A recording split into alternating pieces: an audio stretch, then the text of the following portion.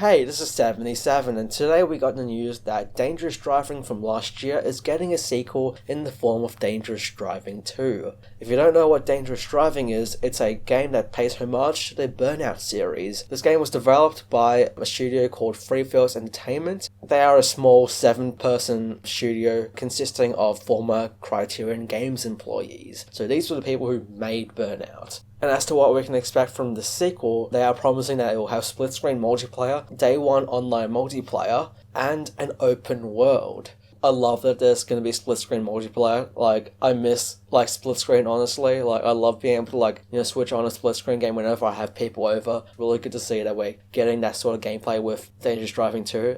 Especially because sometimes I actually boot up the old Burnout 3 so we can play some split screen. It's good to see that's coming in Dangerous Driving 2. But I want to touch on the whole open world aspect. I feel like a lot of people are going to draw comparisons to Burnout Paradise, which, while it seems fair enough, really isn't, because Burnout Paradise was a game developed by Criterion Games consisting of, over 100 employees, whereas this game is being developed by a small 7-person team. And so I don't think we should expect to see, Burnout Paradise 2 come out of this game. It's going to be something a little bit smaller in scale, I imagine. But either way, it's really cool to see this small team, attempting to make an open world game. And as to when it's coming out, it's going to be releasing in holiday 2020 on PC, PS4, Xbox One, and Nintendo Switch, which will be interesting. So my thoughts on the release window they have here is that, I'm not too sure as to whether or not they're actually going to make that date, because the first Dangerous Driving released in April of 2019.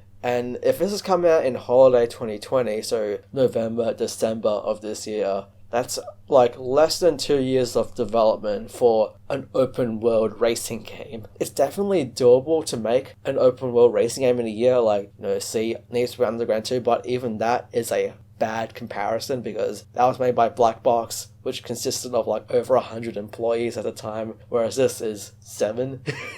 And they had to live up to the standards of the PS2 era, whereas here we have the standards of the current gen consoles, Now, I'm not doubting the studio's capabilities. The people who work at Freefields are some of the most experienced developers in the industry with decades of experience. I mean, these people worked on Burnout. The series is nearly 20 years old. So at the same time, we should celebrate the fact that we are getting a Dangerous Driving 2 that is going open world, because it shows that the first game did well enough to warrant a sequel, which is really good to see. I'm always a big supporter of the studio. I have full respect for the people who work there, for leaving Criterion and, starting a new studio out of their own pocket to pursue the games they want to make. And it's good to see that there's still a lot of passion for games like this. So I'm really happy to see more Burnout-inspired games come out of the studio, and hopefully we get to see more from them even further down the line.